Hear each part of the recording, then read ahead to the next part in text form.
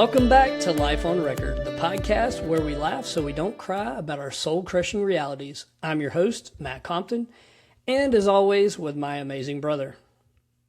Hello, I'm Kenny Compton. Matt, so let's talk a little bit about the silent killer. What is the silent killer? That'd be stress. So let's get into it. What are some stress comparisons you've seen in your life? Yeah, stress, wow, it's definitely affected our family, our friends, ourselves, all in different ways. A lot of people will say, well, what kind of stress is there? There's good stress and there's bad stress. So what are they, and what does that even mean?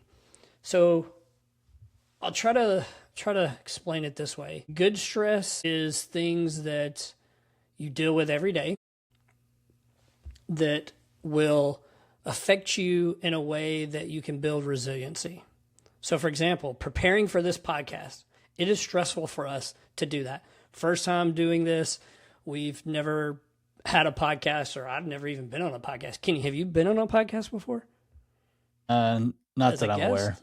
Not that I'm aware of. Okay. Not that I'm aware of. So we've never been on a podcast. We watch and listen to podcasts, obviously, but preparing for it is stressful because we want to make sure that it's done well. We want to make sure that there's a low amount of editing. We want to make sure that we're talking to our audience in a way that it's relatable and people like it and they're going to stay engaged and keep coming back. So that's stressful. It helps you build resiliency in doing a better job the next time. Even day-to-day purchases can be stressful, depending on how much money you spend or what you're buying. It can be stressful just thinking about those things. Studying for an exam, if you're a student, or you're in college or you're in high school or whatever it is, studying, preparing for something can be a little bit stressful because you have a little bit of anxiety. But that's still good stress because you're building resiliency so that you can do better the next time. Some career-related ones like work presentations. Let's say if you're preparing to give a speech or a brief or something and you really want to impress people, or you want to make sure that people get the right message across and that you're clear and concise and professional about giving your update or providing information to maybe start a new project, or for someone to spend money at the company on something. Or maybe the presentation is talking to your manager about a raise or a promotion. It's still going to be stressful as you prepare or don't prepare. You'll still be stressed out, but it's good stress. Again, it's building resiliency. It's kind of creating that scar we talked about in our last episode of what you can do to be better. Even riding theme park rides. Like you're like, how is that stressful? I don't know if you've ever been on a roller coaster that's pretty scary sometimes. If you've never ridden it, there's definitely some roller coasters I've been on that are straight drops, or maybe it's a lot of loops or spins, right? That could be a little bit stressful. You get a little bit nervous before you go on that ride. Or dark, right? Or a drop that's really quick and you're not prepared for it, right? That could be a little bit stressful. Drops in the dark. Drops in the dark, yeah. I like that. And I know we use a lot of sports analogies, but definitely any kind of sports competition, whether it's professional, unprofessional, even just playing, church league basketball, or playing, youth sports, or even, adults playing in sports and different leagues and things like that. Right before the event or leading up to it, you can be a little nervous because you want to do well and you want to win. And for those of you out there that are single, that are still looking for someone, dating can be very stressful. Still good, right? Because you don't know who you're going to meet or what you're going to do, but those things can still be good for you because they help build on those stress factors that will make you better and help you move forward in life and learn some of those learning opportunities that we've talked about before. Kenny, what are some good examples of good stress that you've kind of experienced in your life? Oh, good stress. That's a great question, Matt. I never really think of stress as being a good thing. So it's kind of hard for me to think of that in a sense.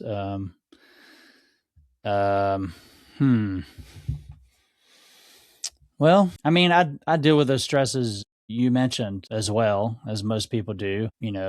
Preparing for this podcast, a little stress. I wouldn't say it's something I really dwell on too much as far as being stressful or maybe, you know, you mentioned day-to-day purchases. Maybe you're stressed out that you can't purchase something that you need, whether it's food or gas or, you know, something for your car that so, you know, you can get to work and stuff like that. To me, it doesn't seem good, but yeah, I don't know. I don't really know what to say as far as good stresses, to be honest with you. Well, like what's the last big purchase you made? It's a great question. It was probably my daughter's car. Okay. Was that stressful? Well, looking for the car was stressful. Right. It takes time. You want to make sure you're not buying something, you know, of course, we didn't buy anything new. It was a used car, so that puts added stress on trying to find something. Make sure the car doesn't smell like cat piss? Yeah, exactly. Yeah. Yeah, we came across one that had a distinct smell, if you've smelled it before, of cat urine. And of course the salesman's like, "Oh, yeah, we can take care of that. We can, you know, yeah, sure. Yeah, good luck selling that car. I'm not buying that."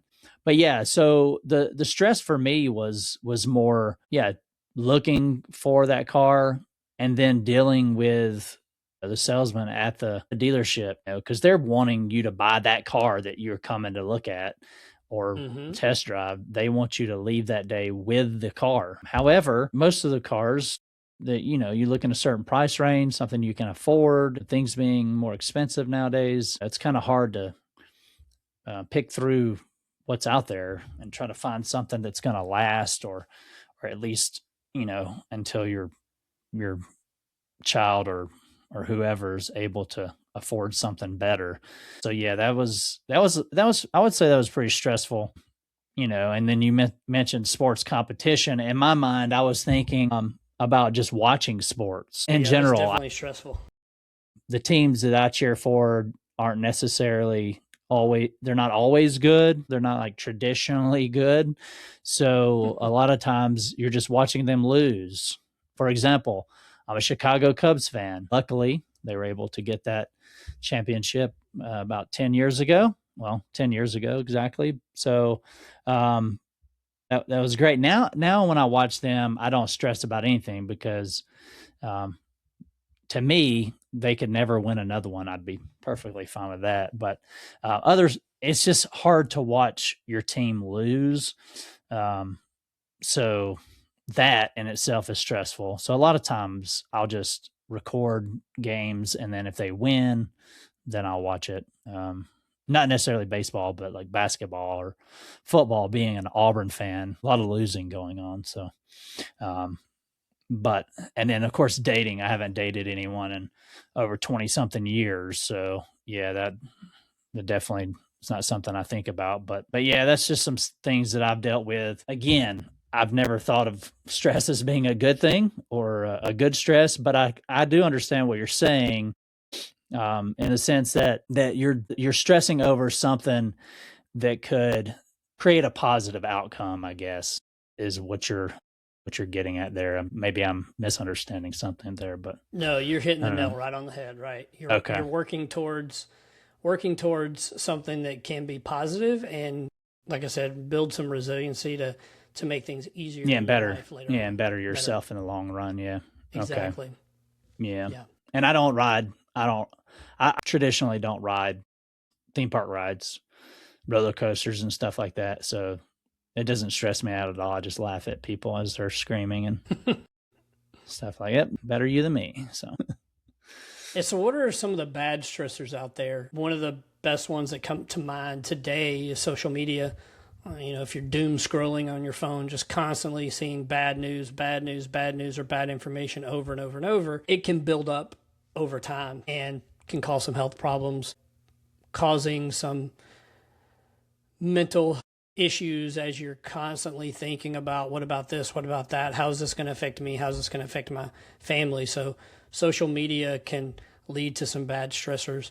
Sometimes relationships do, although, you know, having those tough conversations within your relationship is a good stress because you're communicating and you're trying to understand and develop that relationship better. But if you don't take care of your relationship, if you let it go down a bad path, it can build bad stress that could eventually destroy your relationship. So it's just about controlling what that stress is within your relationship. Money, although we were talking about spending, money can build bad stress too, because if you're constantly worried about, do I have enough money? What are you doing to help alleviate that stress problem, and how can you do better? But if you constantly think about that, and you constantly or thinking what you could do or what you cannot do with your perceived amount of money that you make, or what you have in the bank for retirement, or whatever it is, it can continue to build those bad stressors. And working as a whole can be stressful for a lot of people, not actually the tasks that you do at work, but just like going to work and coming home if you have to travel or you have to drive very far. Just working as a whole can be stressful. So later in the episode, we're going to talk about some of the things, like what are some ideas that we can do to help ourselves in some of these bad, stressful situations. Health or your mental health. If you're not taking care of yourself, and we talk about that a lot as self-care, is it that your health and your mental health can continue to degrade over time if you allow those bad stressors to take control of your life. So if you have health issues, go see a doctor.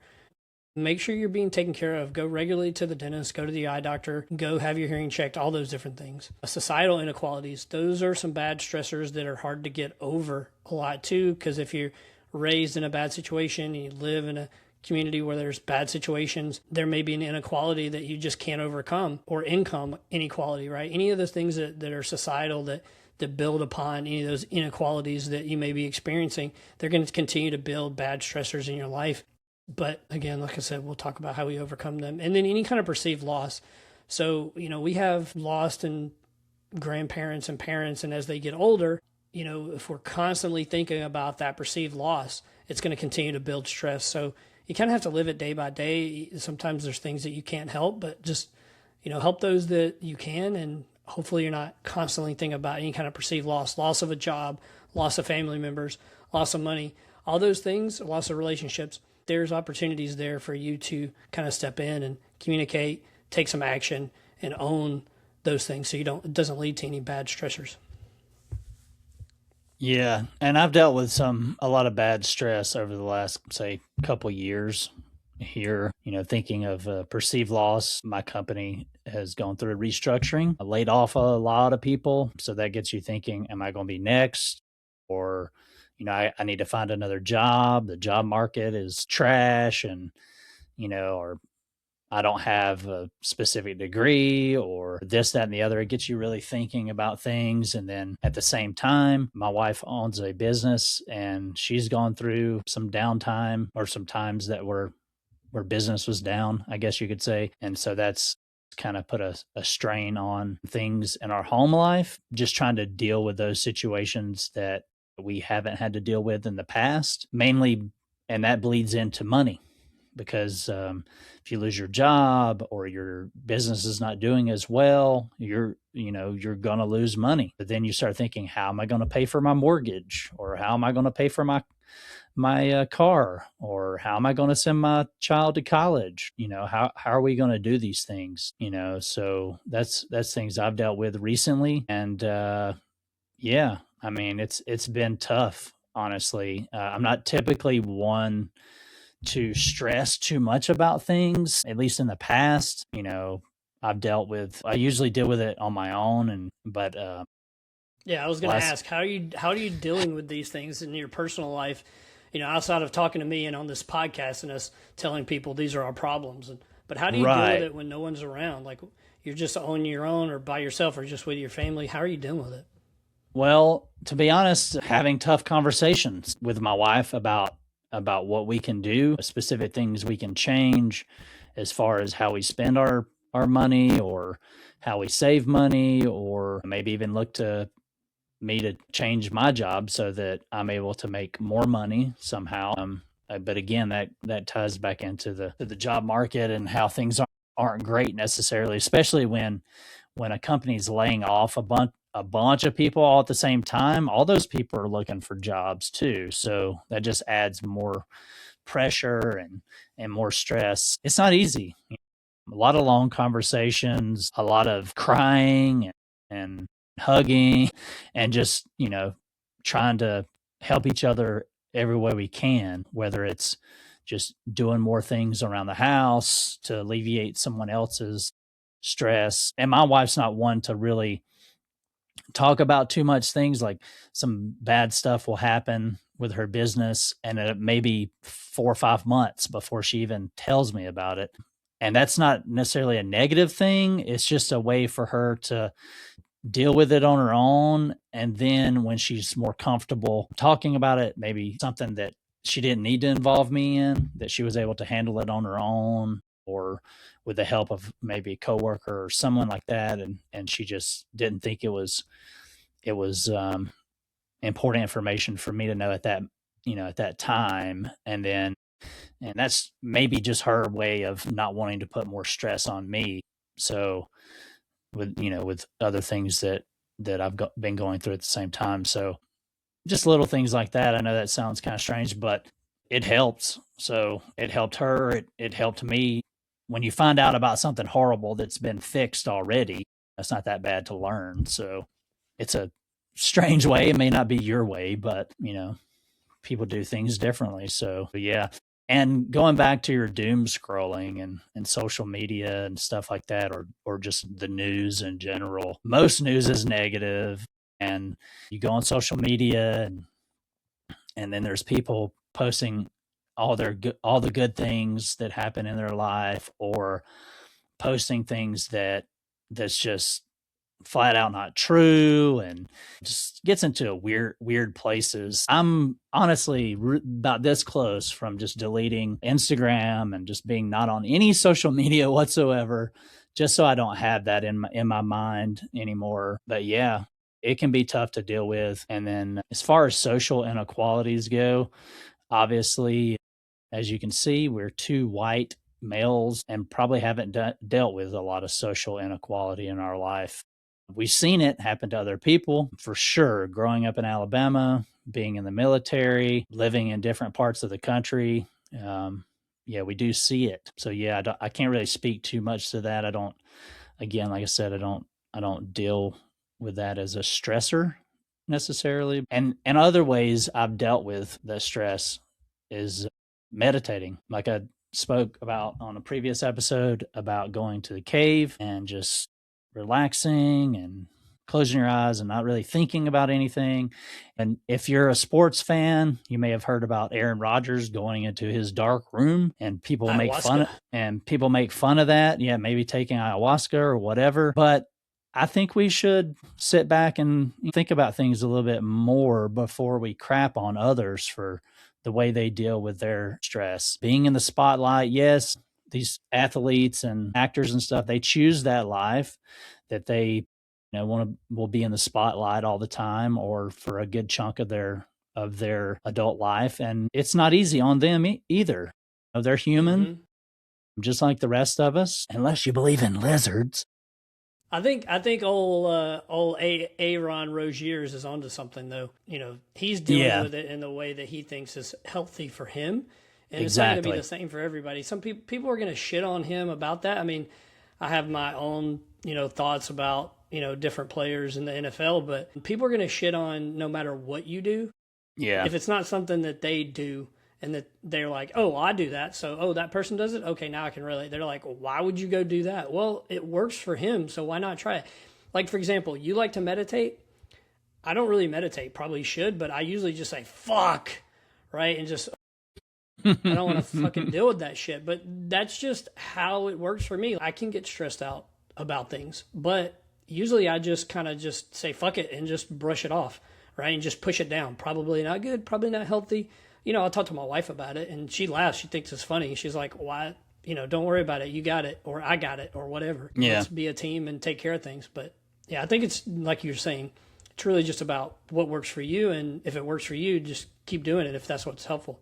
How stressful is it to be a quarterback in the NFL? Yeah, you're making a lot of money, but I challenge anyone who's listening to this podcast, go put on some cleats and pads and let some big-ass dude come flying at you, and gonna knock your ass out, and you got to throw the ball and get away from it. It's not easy. We played football in high school, and that's the lowest of the lowest you can get, right? And it's still scary and hard, and you can get really hurt. Yeah, that's where people die doing that. Especially being white, there's other athletes out there that are bigger, faster, and stronger, and that's okay. That's just the way it is. Yes, there's some quick, fast white guys out there, but they're few and far between. But all joking aside, so yeah, I haven't always been meditating, and I haven't always dealt with stress or loss or bad things that happen in my life very well. It took me a long time to get there. I will be honest, I wrestled growing up as well, and I didn't handle losing a match very well. I'd throw a fit, I'd cry, I'd throw my I don't know what it's called, but little anklet thing you'd wear that showed your color so the ref would know who to give points to. I don't know what that's called, but I would rip that off. It was Velcro. I'd rip it off and throw it. I'd play baseball, strike out in baseball. I'd always get upset and cry, and it was just a mess because I didn't know how to handle those situations that were stressful or horrible in my mind.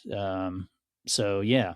Also, another thing I do, and again, this is just my thinking, 26 and older, smoke marijuana. It's very relaxing for me if you find the right strain for you. People still think of marijuana as a drug or whatever. It is a drug to me, but it's more natural thing to do. I enjoy it. I wouldn't say I smoke every day, but most days. And yeah, can be very relaxing and help get your mind off of things for a little bit. And yeah, so yeah, it also helps when I'm meditating as well to get my mind right and help me deal with things. So yeah, that's just another thing that I choose to do for me. It may not work for you. Some people it gives them anxiety. So you got to be careful with that, especially nowadays. Marijuana is pretty strong compared to 30 years ago. So just be careful, know what you're taking, whether it's edibles or it even comes in, drink form and stuff like that. Just be careful doing that. So yeah.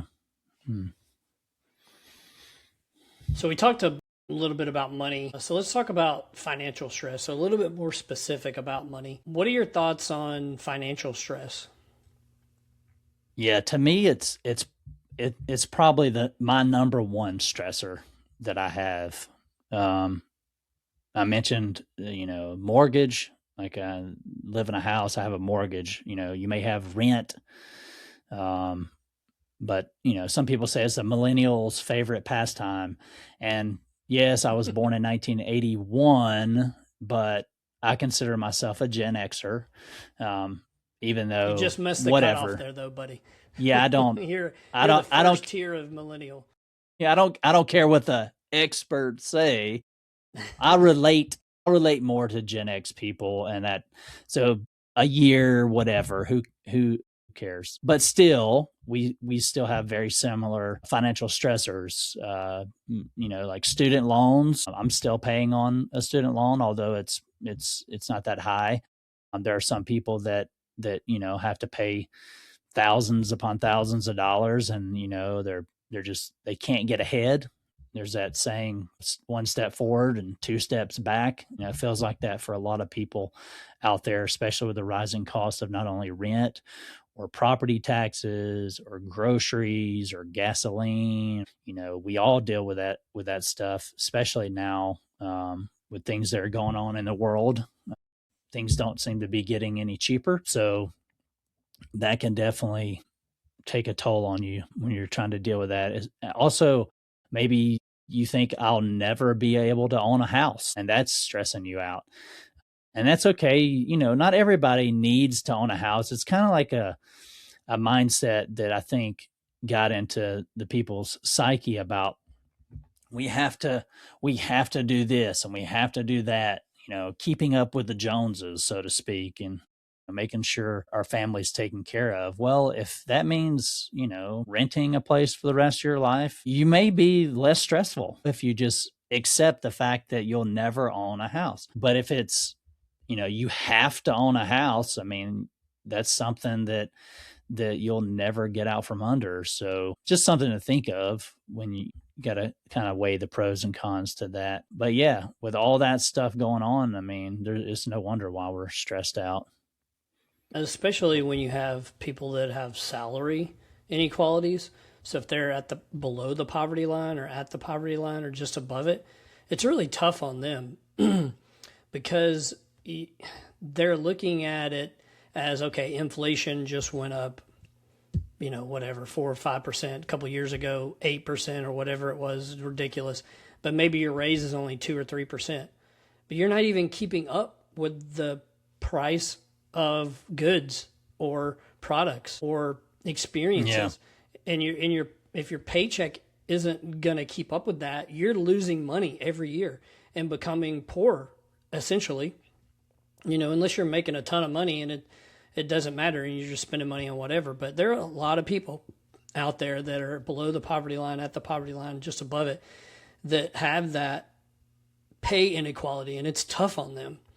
When I was younger in the military and had just joined, after just a year out of college, the E2 pay was garbage. It was so low.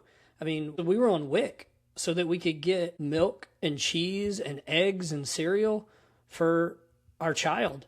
And that was tough because we didn't make much money. I mean, my paycheck was like $800 and, that's $1,600 a month. Then you got to take taxes out of that. That's not a lot of money. Now, granted, the military paid for housing, so where I was living was paid for, so that didn't come out of that money. But some of that money was for food and supplies for my family. But utilities.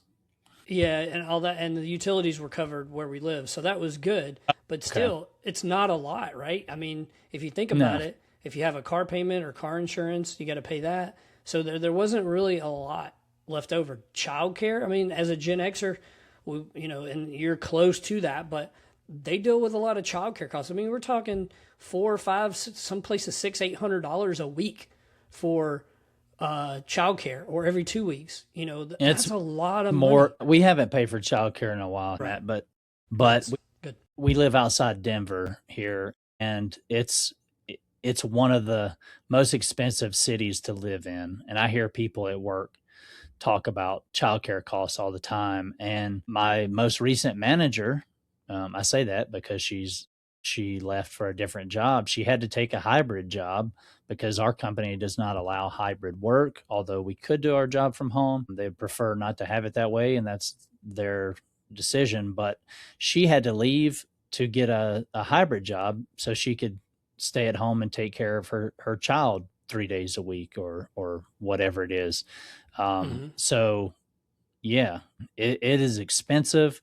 The cost of living keeps going up, but wages have, if anything, gone down or stayed flat for many decades now. And hopefully things will change, but I don't know what the answer is to that. There's, some politicians or Congress people, you could say, they're trying to get stuff done as far as that goes. I don't know if universal income is the answer to that or what the answer is. I do know one thing, though, is the top 1%, they do not pay taxes at all. So and definitely not at the same rate that anybody from the middle class down pays. Yeah, it's a big problem. The percentage of your pay compared to the percentage of your pay. Well, and they find ways to get out of paying taxes. So yeah, well, you don't have to pay Social Security over a certain threshold. So if you're making $500,000 a year, you're paying the same amount of Social Security that somebody that makes $200,000 a year. Right. And which is a Probably problem. Because they're not going to use it, more than likely. As we know, Social Security is most likely going to run out before we retire. Yeah, we may not even get it. So it's a big issue as far as the financial disparity or wage disparity in this country specifically. I don't have the answer for it. Hopefully someone smarter than me does, and is able to fix some of the things. I do know I'm not going to name any names because I don't want there to be, I don't want to be attached to any politician, but there is one person that's trying to get a tax put on the top 1 or 2% or whatever that would change things drastically. But yet they don't want to pay taxes. They don't want to help out. If you think a billionaire is going to help you with anything, you're sorely mistaken. So yeah, there's my rant on that, I guess. Yeah, man, after all this stuff we're talking about, it's no wonder it's kind of stressing me out. Yeah, it's kind of stressing us out just talking about stress. It's like, why do we have to talk about stress? Because it's important. It's good to talk about it. It actually makes me feel better when we talk about things, so that I'm not stressing about it. But yeah, financial stress is definitely a tough one, and people deal with it all the time. And sometimes they're like, am I going to be in this job forever? Or how am I going to do this next thing? And, you just have to work with what you got and look for something else. But we'll talk about some of those ideas here. Do the best you can when you can. Yeah. Yeah. Right. Do the best you can to have a better life of what you're doing with. So let's talk about how we can prepare ourselves for a better life by dealing with the stress that we've been talking about. So let's talk about how we can prepare ourselves for a better life by dealing with some of the stress that we've been talking about in a more positive way. So we want to try to eliminate stress where we can. Not everything can be eliminated. We have that good stress that we want to continue to learn from and kind of get those life lessons that Kenny had talked about, or learning opportunities, as he says. That's his quoted learning opportunities. Just want to try to eliminate it where we can, and what we work towards in our life. And what do I do? How do I eliminate stress? I try to relax and take the time to recharge when I can. If it's the weekend or an extra day, I'll definitely spend some time so I can recharge and get back into my day-to-day. And if we take that time to recharge and we look towards those things that make us happy, maybe it's just reading a book, maybe it's going outside for a walk, playing with your dogs, playing with your kids, cats, whatever you have, going horseback riding, going fishing, taking the opportunity to just go out and do some things that'll help eliminate some of those stressors, and also accepting what you can't control. So there's a lot of times there are uncontrollable stressors in our life that there's nothing we can do about, right? We talked about doom scrolling, social media, all this stuff going in the news. There's nothing we can do necessarily specifically about some of those things, but there are some things. You can go vote when it's time to vote the people out you don't think that should be there. You can go and join the military and you can serve your country and try to make changes there. You could take a different job that could help maybe deal with some of those other stressors in your life. But if it's something you can't control, just brush it off. I think you'll have some famous musicians out there that just say, just brush it off. Can't control it, don't worry about it. So, Kenny, when we're talking about some of these stressors and how we can deal with it to have a better life, what are some examples of positive thinking that you kind of deal with? Like, how do you change your mindset to not have those bad thoughts? Yeah, it's a great question. And before I get into that, I will say that I had to rejoin the studio here. I don't know what happened. It's all right. They won't even know you were gone. It's okay. By the time we edit this, they'll be like, didn't even know he wasn't here. I have no idea what happened, but I thought it shut down, and then I came back. I joined back, and you were talking. And it said it was still recording. Yeah, we're still going. It told me that it stopped. It told me that it stopped recording, and then says it's still recording. So I don't know what was going on. I couldn't hear any audio for a minute there. So I don't know what you're talking about. You were here the whole time. Yeah, we're just rolling. Yeah. So you mentioned positive thinking. For the most part, I've always been a pretty positive person. My little inside baseball here. My wife nicknamed me her Solnishka years ago, which means sunshine. So apparently to her, I was a light of in her life, so to speak. So she's always, and I hate to throw her under the bus, but she's always been one to stress more than me. And, and she would get home and I would just be all positive and cheery, and, it'd help put her in a better mood. And I don't know, I just, I've always had a positive outlook on life in general, even though I wasn't the smartest or the strongest or the best at sports or whatever. And, I get upset like the most people. And then just, I guess, easier for me to forget about things. Maybe that's the marijuana a little bit. I do tend to laugh more. I've always had a high sense of humor and laugh at things that not everybody would laugh at or would get that was funny. It happens a lot when I'm watching a show or movie with my wife and daughter, and I find that I'm the only one laughing at something, and I'm like, start looking around, and I'm like, wait, was that not funny? I mean, I thought it was funny, but everybody laughs at different things. They say comedy is subjective, so I don't know. I just, even being growing up a Cubs fan, and they're always losing, and Auburn not being all that great necessarily in football or basketball for many years, I still was able to maintain I think that's just my personality in general.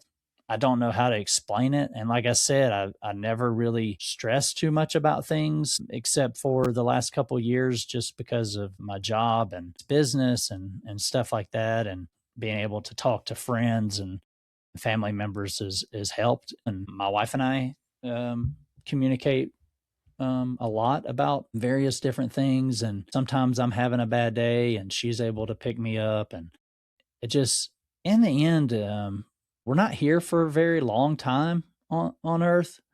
So I guess, always took the mindset of, just fuck it. Why stress? Why go through life just stressing all the time, when you can try to just enjoy the ride, enjoy the time we have here as much as you possibly can, like even when I'm at work, I'll walk over to the window and just stare outside for a couple of minutes, and just, especially the rare chance that it rains here, because it rarely ever rains, that puts me in a good mood, oddly. Or of course when it snows, I'm still like a kid at Christmas every time it snows. Usually we get a good chunk of snow here. This winter's been kind of a bummer in that aspect, but Light winter so far. yes. And even like if we go on a hike, which like I mentioned in previous episodes, I haven't done in a while, but every time I would go on a hike, nothing would put me in a better mood than just touching the ground, touching a tree, and getting my shoes dirty or getting my hands dirty, and just, I don't know, getting into nature. That always put me, especially on days where there may be some snow on the ground and the sun is shining, and I mean, just kind of get away from everything and get back to nature, and not think about what you have to do on Monday, or what's going on in the world. You can just listen to the birds and maybe see a deer or two, or or whatever animal, probably a mountain lion out there checking us out. Uh, I've always, since I was a kid, I always had a pretty positive outlook on life, even when things weren't going great. So maybe it's a little naivete. I honestly don't know what it is. Even dealing with some health issues, maybe it's something I talk about more in detail on a future episode. But I do have a skin disease that was diagnosed over the last couple of years, that I dealt with for many years and did not know what it was. That was kind of stressful. And it's nothing contagious. It's actually hereditary. Probably got it from my dad or grandparent or somebody. But just dealing with that was stressful in and of itself. But then finding out that it's a mild case, and that and then looking at pictures of other cases online, and like, whoa, at least, it's not that bad, or that actually helps in a weird way to be like, well, there's this old saying that if you take a room filled with, say, 50 people, and they all sit in a circle, and everybody takes their problems and throws them into the middle, that you would most likely be reaching to grab yours back. Because you don't want someone else's problems. No, hell no. If you know what those people are going through, I mean, we both are very positive people. We're very happy go lucky. We're just happy to be alive, and Like my wife is just like your wife. She stresses out about everything. Not everything, but when they do stress about things, that she stresses about it a lot more than I do. I mean, I don't really stress that much about things. I try to keep it as a positive, right? We're both kind of glass half full people, right? Where we're trying to continue to fill it up, to continue to bring joy in life. We don't look at it negatively. We look at everything positively. I always think people are good, naturally good, and I see the good in people before I see the bad in them. So my brother and I are very similar 100%. when it comes to that. Yeah, so it makes things tough for us sometimes because there may be somebody out there trying to scam us or trying to take us over, over on a lot of something. scam there. Right, so we have to be very careful and mindful of that. But it reminded me of something when you were talking about this positive thinking is when I was in the military, and people listening, do not take this the wrong way. I'm not a supporter of war. I do not like for us to go to war in the military. People get hurt, people die. I don't like that. But in the military, we would say we're putting, warheads on foreheads.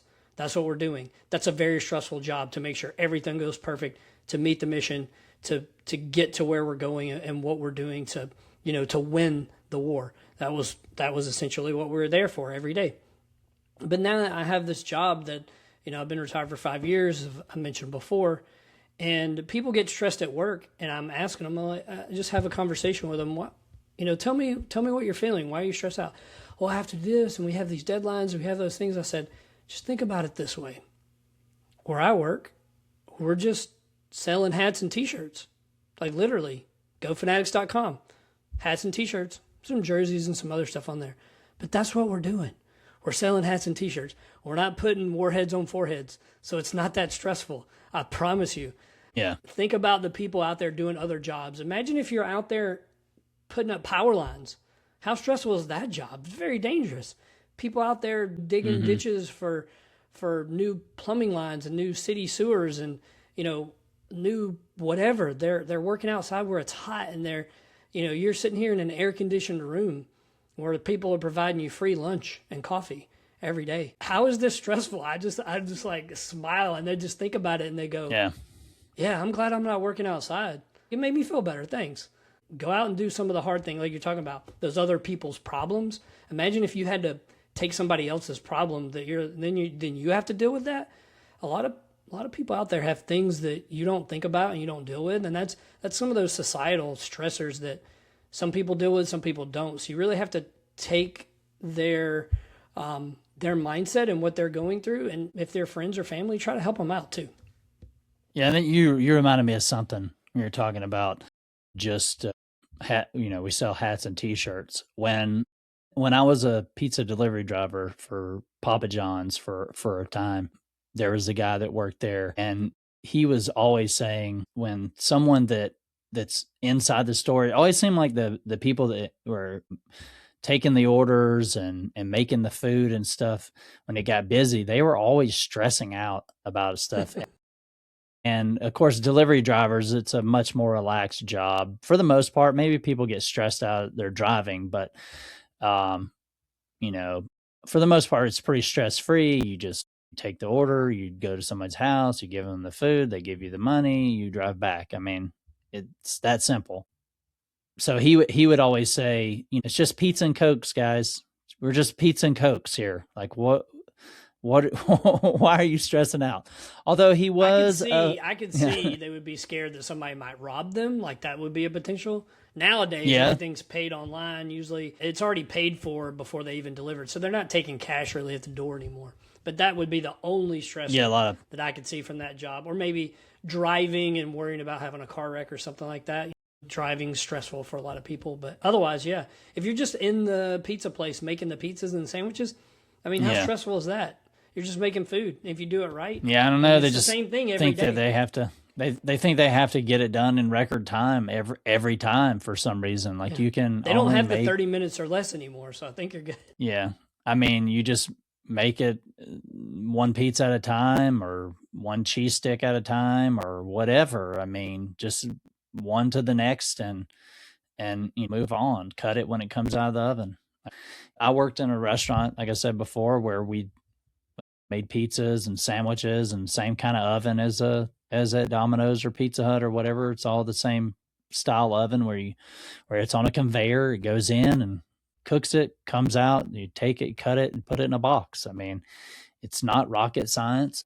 Everybody deals with stress different ways, so it could be stressful to one, and the next person's next to them dancing around. They're having a good time. They're enjoying It's stressful life. dealing with the customers.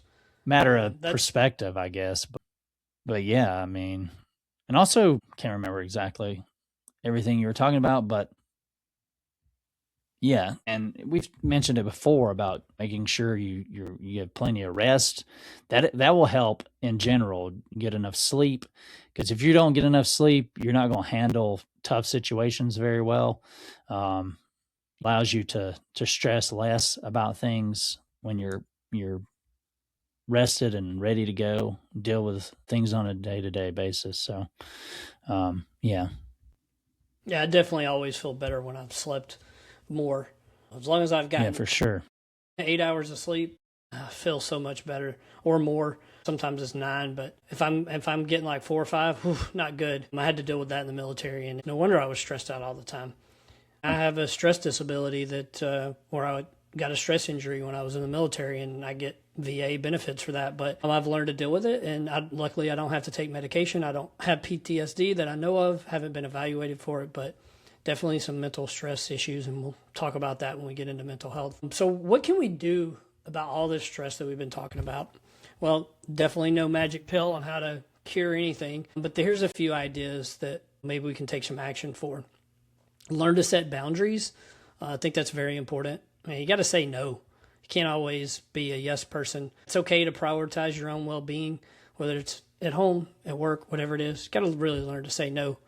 And take breaks. You got to take some time to step away from the computer, step away from the cell phone, step away from the news, or as Kenny was saying, social media. Just got to get away for it. Go for a walk or do something you enjoy. Just take a break. And if you're at work, you don't have to work the whole entire 8 hours, 10 hours, whatever you're doing. There's got to be time in there for you to take breaks, but try to take them where you can.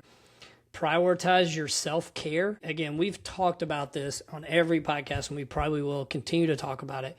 Try to exercise if you can, even in just going out and taking a walk. Meditate, as Kenny was talking about. Maybe go try to find one of those lodges. Say fuck a lot. That's what I do. Whatever works for you. Try to eat healthy. Do the best you can, and get enough sleep. We can scream into a pillow if you need to.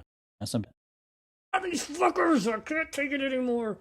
Yeah. If that works for you, like, I just felt better doing that. Just that one little thing. Yeah, and it's something that we as men in general, the history of men over the years, we haven't done enough of is actually talking to someone. It's amazing what just saying something that's bothering you, how much that helps. I don't, not full disclosure, I don't go to therapy or anything, but I do a lot of talking with my wife, with my daughter, with my brother. And sometimes the family members, other family members or our parents and stuff, probably not as often as some people, but that's okay too. But yeah, it's amazing what just, even when I was going back, I'll go back to the cave real quick. You're in there with, unless you take a friend or something, it's strangers. You don't know those people. And specifically with this cave, it gets hot in there, like a sauna. So you start sweating, and they don't recommend you staying in there for very long at a time. So like 15 or 20-minute intervals. And then there's a little restroom or rest room, not like a restroom. There's that too, but there's a in-between room where you can leave and just kind of, so you're not overheated, come out of there. And there was a gentleman that just started talking to me, and I have no idea who he is or whatever, but he clearly needed to talk with someone about something. So it's not in my nature to just ignore people and walk away or whatever, unless they're being weird or strange or talking nonsense or something. But this guy, an older gentleman, he just needed someone to talk to, just for that brief, couple of minutes that we were sitting in there. And I didn't talk to him. I went back into the cave a couple of times, come out, never talked to him again. But yeah, never seen the man before in my life. Maybe we'll never see him again. But in that moment, he needed someone just to listen, even if you have nothing of importance to to chime in with. Sometimes just sitting and listening to someone and showing interest is very helpful for that person. You have no idea what they're going through in that moment. So yeah, talking to someone can be very beneficial. Yeah, I love doing that too, as well. I'll just talk to random strangers. That stresses my wife out. She's like, "Why are you talking to this person? They don't know you." Some people can think that's weird, or some people just react differently. But there are others that you start talking to them, they'll have a conversation with you. You're not giving away all your personal information, but having that conversation, having that additional help, just talking to someone can really make you feel better. And if you need other help, reach out to your family members, talk to people that you trust, people that you know that are willing to listen to you. And we talked about this in previous couple podcasts, is find a mentor, somebody that's going to challenge you, so that they're just not like, "Oh yeah, that's great. No, you want somebody that's challenging. What can we do about that? How can I help you? What can you do to help yourself? How do we deal with these things together as a team, if it's your spouse or whoever?" But if you have to go to see a therapist, that's okay too. You can go do those things. Especially please if you can afford do. it, if your insurance pays for it, take advantage of that. Don't just let it go by the wayside if it's something that you really need to do. But those people are out there. So Kenny's talked about his job stresses and going through the process of doesn't know what's going to happen at his job and all those things. And even when I retired from the military, finding a new job, that was very stressful. That was tough. But then if you're not happy with what you're doing in your current job and you're miserable, and maybe it's just time to move on, go do something different or the same thing at a different company. I've done that many times. Yeah, it doesn't have to be at the same place. It's okay. Go find a new job. Or as much as again, I was a pizza delivery driver for like 8 years, and as eventually, you're wearing your cars out, you're not making as much money as you think you should be making, or you wake up one day and you're like, I don't want to be a 40-year-old pizza delivery driver. As much as I loved that job, I knew I needed to do something different. So I went back to school, I got a degree, and I changed that part of my life, and then went through a couple of jobs that were super stressful and that did make me miserable. And so I said, F these jobs, and moved on. I was lucky in the sense that I was able to find something that was not that stressful, that makes decent money. Although, like I said earlier, this company has gone through a restructuring, and who knows what's going to happen in the future. I may need to be looking for a job later this year or in the next couple of years. Who knows? But again, that goes back to things that we can't control. Right now, I can't control, what the CEO or C-suite people, what they decide to do with the company or the direction they want to take the company in. All I can do is try to adapt and just be better, and hope that I'm able to maintain a job there. And if not, then I'll deal with that when that day comes. Well, if this podcast takes off, this will be your job. This will be your new job. If it takes off, that'd be we'll great. I'll have to grow it and do it every single day. We won't be putting out an episode every day, but we'll definitely be recording and editing. Let me ask you this, Matt. This is going to be probably a question you can't answer, but or maybe you can. Challenge accepted.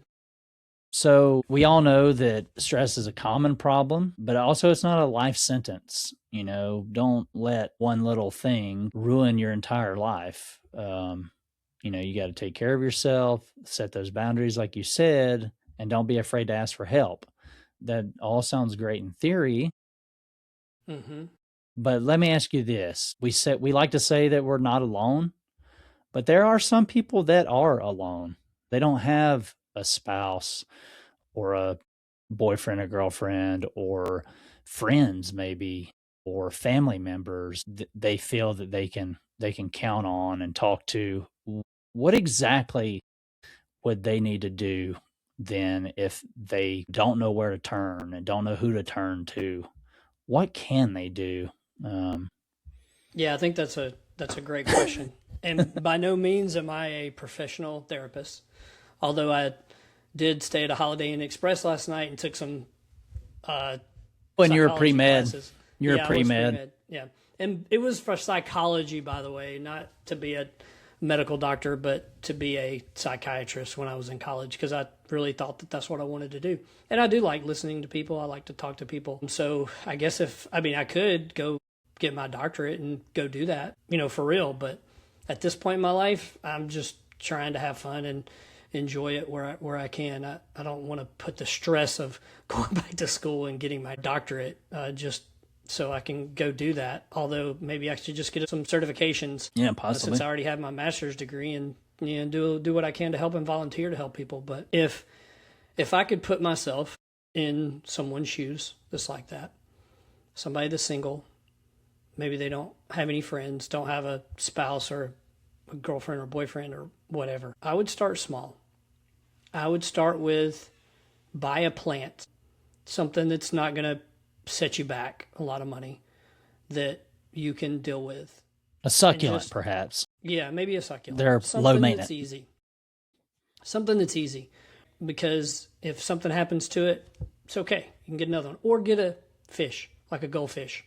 Okay, the plant's good. You can water it, you can grow it, and you can talk to it if you want. That's okay. You can do that. It is a living thing that you can relate to.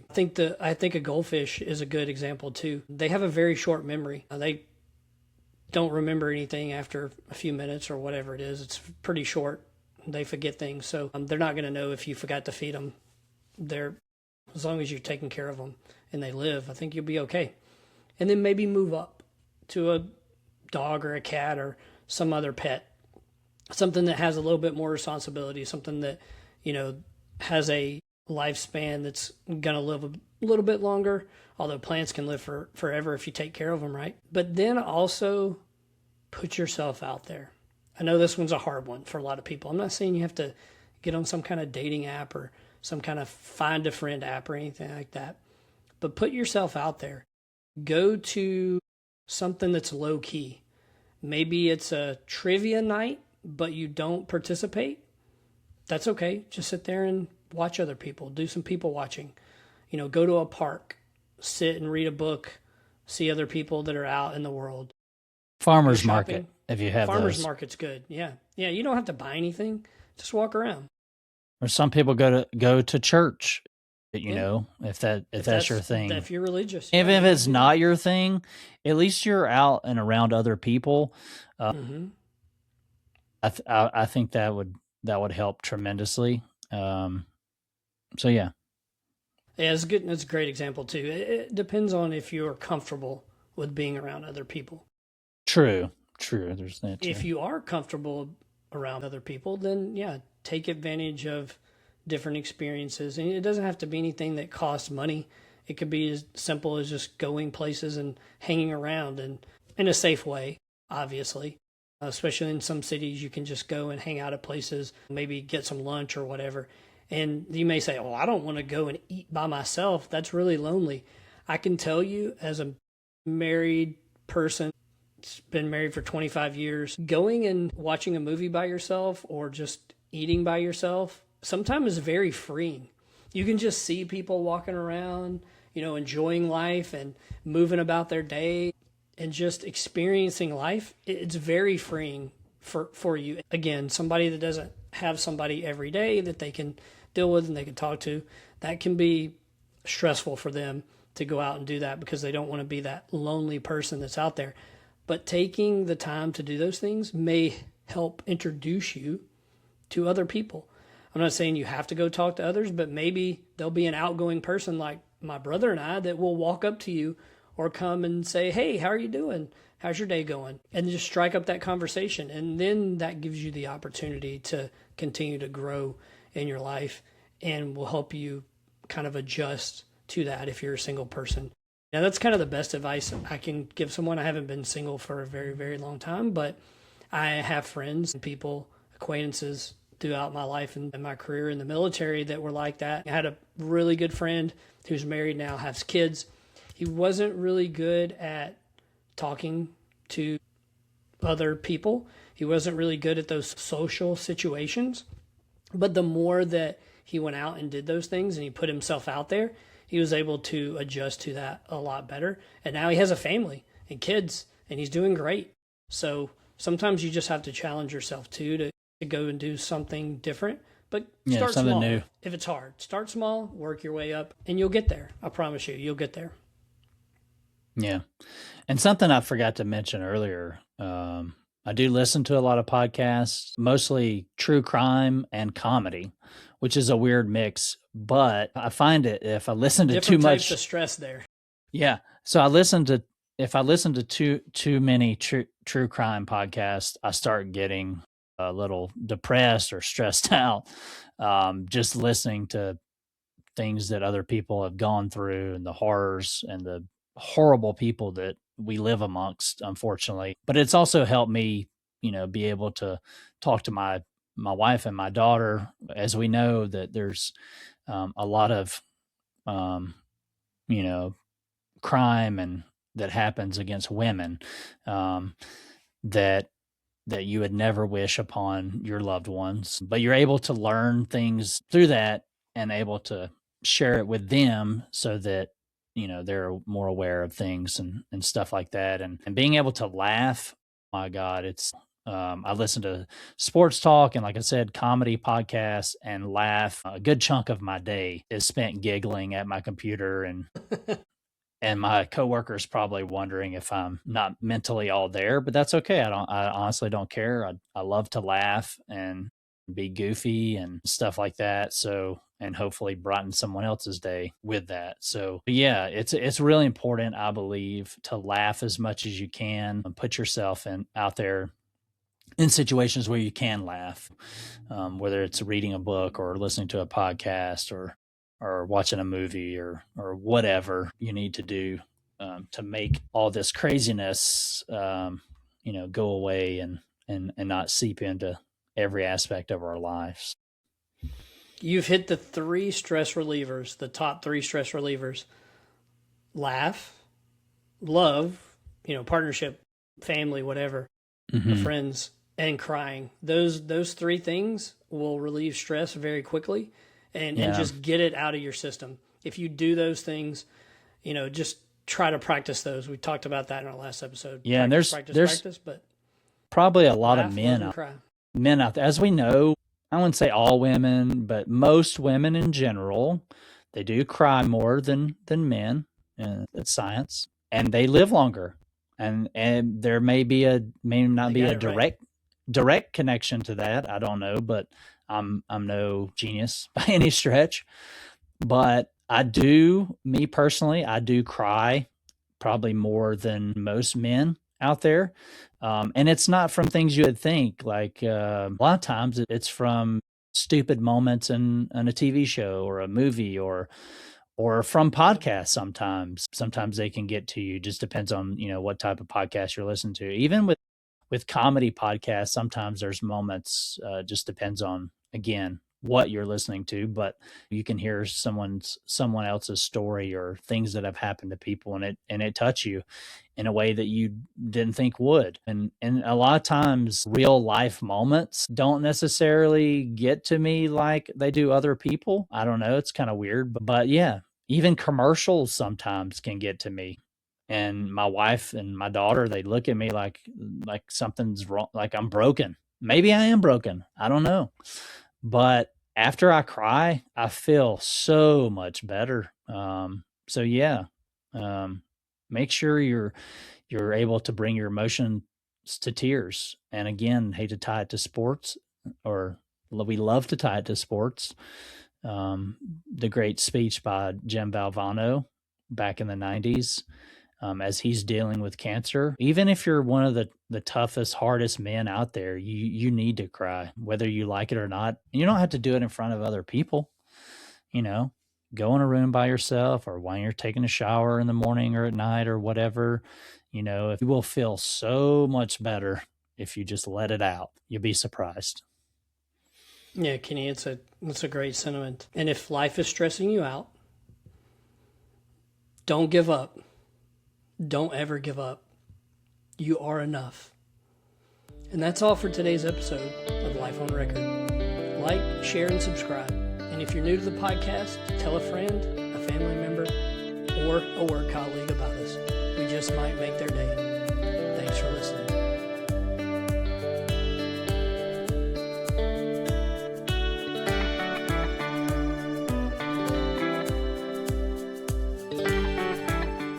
Life on Record is written and produced by Matt and Kenny Compton.